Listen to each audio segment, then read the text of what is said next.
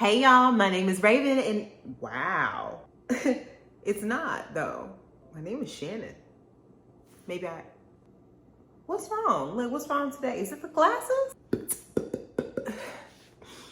Ooh, I need a lot of breath for that. My name is Shannon and I'm the best. I need to update my rap song. Have y'all heard my rap song? Have you heard my rap? Yes, I know the girl can how do you say it? Can lay down some bars. I don't think that's how you say it.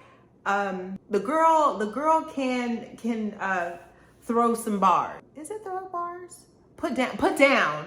The girl can put down some bars. No, you'll see. No, like for real, you'll see. Like I'm gonna update the rap that I had. I just need time to kind of just think about like where I am in my life to be true to that, because no one hates it more than us, the people, the culture, when rappers are still talking about being drug dealers, but they're living in mansions and stuff like that and absolutely not still in those streets. So I don't want to deliver, you know what I'm saying, a rap from yesteryear. You know, I don't want to deliver bars, if you will, from a time that I'm no longer in. I've elevated my life to a new place. And so that is why I'm already tired of myself. Hey y'all, my name is Shannon Ray, and you're welcome. If you are new here, welcome. I am here to deliver content to you on an almost weekly basis, full of self-reflection, full of positivity and encouragement, sharing real life stories and experiences of things that I've been learning and growing through. I encourage you to do the same. I want to build this up to be a community of folks who love and support one another, as well as chase after Jesus. Okay, so if you're not into that, well, dang it, I always do this. This is my left. So would this be your left? So to the left. For sure, this way. Here's why I am saying this is serious, because it is. This week's video, we're going to talk about stepping into a brand new season. It's not just because we are stepping into fall. It's not just because we are in the last quarter of the year, but we're in a place, and I feel this as the body of Christ, where we can step into the next level of who He has called us to be. It is time within the next 90 days to decide if we are going to continue being okay with mediocre or finally stand in our greatness. Today's topic is make room for it. I've been thinking about this a lot. You can open up a social media post and you go through reels or you go through stories, and there are people who are naming and claiming wealth, manifesting love, manifesting starting that business, writing that book. At what point do we stop with all of the praying? Not that I'm saying that you should stop praying, but at what point do we move past prayer and into action? Bless this next step, God. Help me see the next step, God. I'm putting things into place so that when you come here and you dwell here, God, there is room for you. Is there room for what you are asking of me? I am one of them who will claim millionaire status every time I see a double tap opportunity. I am one of those who talks about wanting to own land, wanting to own property, wanting to establish certain things within the community that I live in, wanting to leave things behind to my children, their children, their children. How, though? How are we going to get there? As I look at these last 3 months of the year, I look back and think about what I've accomplished during this time. Am I proud? Am I happy? Have I been wasteful? Have I rested when I needed to? Have I invested in the places that I should have? And what I find is that there is a lot of time that I have spent waiting for God to answer prayers. But there is also a great amount of time that I could have spent working while He does. There are a lot of times where I kind of vacillate between the two of when to rest, when to work. What I've come to realize is that you have to be so in tune, so aligned with what God is telling you to do that you move in the direction that He's telling you. I have been gearing up. I have been getting focused. I have been getting clarity. I have been getting vision. And during that time, I've been really aligning myself to make sure that I can be in the place that when that vision comes to pass, I am ready to receive what's there for me. while I've been getting this vision, while this clarity has been coming to me, I've been seeing things around me more clearly, which brings me to my very first point. Aligning yourself to the call is the first step in making sure you are obedient to God, making room for what you prayed for and for what He promised you. The interesting thing about alignment is that what you prayed for and what He promised you start to become one in the same. I know that for me, that wasn't always the case. Starting out this year, I was very, very clear about wanting a desired outcome that absolutely was opposite for where God was trying to guide me. Finally got to the point after feeling myself come against obstacle after obstacle, challenge after challenge, heartbreak after heartbreak, frustration and tears and pain.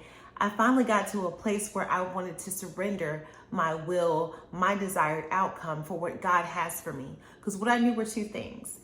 First, there is no way that what I am asking for is greater than what God has planned for me. Period. It felt right. But do we still say period? I'm gonna still say period. I'm over 30. I can do that. That's a privilege that I now take. I'm going to say period still. So just like bomb or bomb.com, I still say bussin'. I said hype 3-4 times today. I own my age. I'm wearing glasses today. I'm owning this. I'm sitting in these 30s. Pretty though. Sitting pretty. The second is that the more off course you become from who you're actually meant to be, the less rest you find. And baby girl was tired. Okay. So I asked God very specifically to give me the vision that He had for me. Take away all of the things that I believed that I wanted, all of those things that felt like greatness to me. I no longer had the taste for it. All I wanted was to follow God. All I wanted was to be who He wants me to be, who He created me to be. Because the closer I got to purpose, the more on track I was with what God had for me, the more rest I felt, the more peace I felt, the more energized I felt. And that doesn't mean that it did away with my obstacles. It doesn't mean that it got rid of the feelings of heartbreak and pain and all of that, but instead it kind of changed it into a bit of a motivation to get me to a new place of joy and of happiness and of fulfillment. And that is the place that I want to be in. I feel very much so like a student in this place in my life. I have no idea how the vision that He gave me is going to come to pass. None whatsoever. I also know that it's completely different than what I thought my life would be. The vision board that I set up, all of these pictures that I cut out and placed on this beautiful vision board, I could pretty much just throw away because it wasn't in line to what God had for me. It wasn't what He had spoken to me. I do believe that there's some things that will remain bedrock in my life. I do believe one day I will have a family. I do believe one day I will do these certain things for the community that I'm in, but I don't know what it will look like. I don't know when it will come. And being able to let go of that, being able to let go of some of the dreams of what you thought they would be is the hardest thing that I've honestly had to do. But I believe that what's on the other side will be greater. I believe that what's coming is going to be greater than anything I left in my past. We are making room for what we want. We are making room for what we prayed for. We are making room for what we were told. Last name Brown, but first name, yes, she walk around. Oh, okay. No, wait. Try it. Let's try this. Last name Brown, but first name, yes, she walk around town like she the best. Wait, I said best earlier. When do rappers retire? You have to focus. We have to get serious about what's going to happen in these next few months of this year. These are opportunities. This is not just a countdown to Christmas. This is just not a countdown into the next year. We have to be able to navigate distractions. Check those distractions. Perhaps it's less time watching TV and more time reading. If you want to get good at your finances, maybe play podcasts in the background, play books in the background instead of worrying about what's happening on all of the housewives on all of the land, and there's no shade, no shot to anybody like that. But if you are focusing, you have to get into the mindset of where you want to go, not where you are. You know that you are interested in moving into a new career or a different space. Start studying now. Why wait until the test comes? Why wait until you get into the job to start thinking about how you're going to own that job? Start doing the work now. Don't act like you have so much time. Why procrastinate when you know what you've been told, when you know what the vision is? Now it's time to make a plan. We've been told that we have greatness within us, abilities within us, all of this. We've been told to pray, we fast, but now we've got to do the work. Create a plan and set some goals. I was reading recently the book of Ruth, a little book in the Bible, but lots of power, powerful woman, great display of loyalty and commitment and being a hard worker. So I was reading the book of Ruth, just kind of reminding myself of what it means to work even when you don't know what the outcome is on the other side, to remain loyal and committed to something even if you can't see where exactly you're going to. So for any of you who don't know, Ruth, she was a Moabite woman who ended up marrying Naomi's son. Naomi's son passed away, her other son passed away, her husband passed away. She was incredibly sad, very mournful, and decided that she was going to go move back to her country. The thing was, although she no longer had her sons and she didn't have her husband alive, she knew that going back as a widow into a foreign land with her Moabite daughters-in-law would really be hard for them. So she encouraged them to stay behind. One of them did. I forget her name, so sorry. But Ruth decided to follow her mother-in-law, Naomi. Why I love that is because she had decided that that was her family. When she committed to her husband, she decided to take on his family as her own. It even says in the Bible, and it's a verse that I love so much, where you go, I will go. Your people will be my people, and your God, my God. Serious stuff. Ruth decides to continue on with Naomi, even though Naomi is in the throes of her mourning. She has renamed herself Mara. She has become bitter. Naomi is determined to take care of her. So she kind of assumes this role that would be more of a masculine role, when she's making sure that they're fed, they have a place to stay. She begins to kind of use some of the old laws from the Torah, which means she was able to work in fields behind those and kind of pick up the scraps behind them. And luckily there was like this festival going on when they came back into the city. And so she was able to get a lot of food for them. Because of her hard work, because of her diligence, she got noticed by Boaz. Boaz has some coinage. He admired her work ethic. He admired that she was so committed to Naomi. And it turns out Naomi was his kinfolk. In this particular place, that kinfolk really was kinfolk. So he started looking out for them. Kinsman or kingsman redeemer? I gotta read more. I believe it's kinsman redeemer because they were kin. The point is that they were family, which means that he was able to marry Ruth and redeem this family. Everything that they lost would be restored. And so it came to be that they were able to redeem, they were able to get their home back. They were able to now have money and wealth again. They were no longer hungry and looking for scraps behind other workers. They were now in a better position and their family line had been restored. Ruth even gave birth to a child that she had with Boaz. And what's interesting about all of this, what makes this even more special, wasn't just the story of redemption, wasn't just Ruth's reward for being committed and loyal and faithful. Because of her faithfulness and her commitment, what would come through her bloodline would be kings. What is coming through your commitment? What is your faithfulness going to guarantee for not only you, but for the generations to come after you? And when you're creating a plan, make sure that there's some actual tangible steps. Build in accountability partners. Build in checks and balances to make sure that you make it to the next move. What is going to come from this is going to be bigger than you imagine. There are generations dependent upon you. I believe that for me. I believe that for you. Do not waste this time. Do not dawdle. Do not take it lightly. You have to give up who you've been in order to be who you will become. And that can be really hard. Giving up who you've been can be no longer being as available as you once were to some of your friends. No longer running back and forth to the aid of everyone who asks you for help. You have to put yourself first. You have to put where you're going ahead of everywhere else that you've been.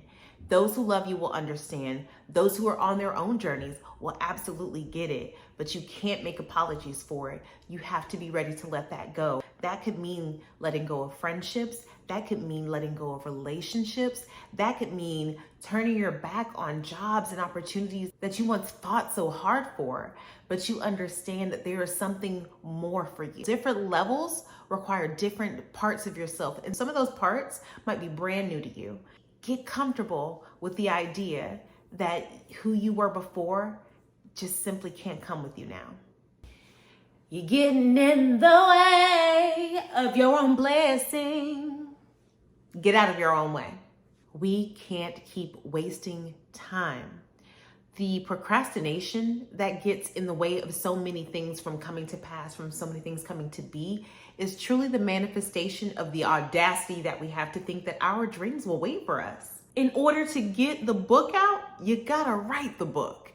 In order to meet your spouse, you have to date. You have to put yourself in a position where you're not entertaining fools. If you want to become a boss, you want to own your own business, you have to start the business. Set up the steps, but then you have to do them. That's why I say put in the checks and balances, because we get in our own way. Sometimes it's mental, it's imposter syndrome. You've aligned yourself. You have a plan. You're navigating distractions.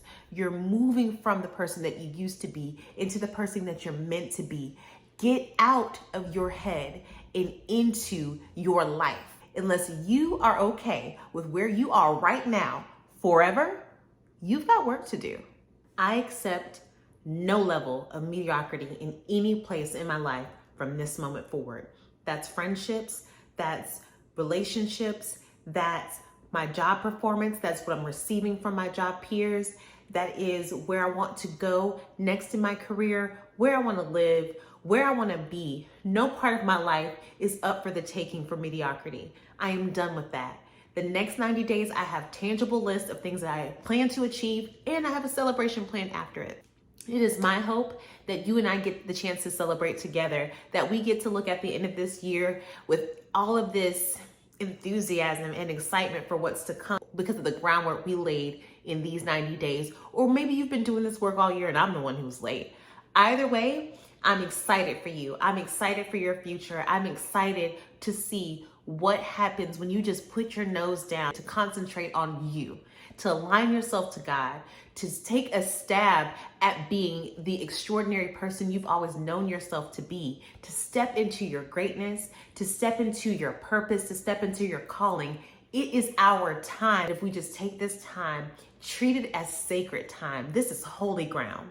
We will see the fruits of our labor in the beginning of next year.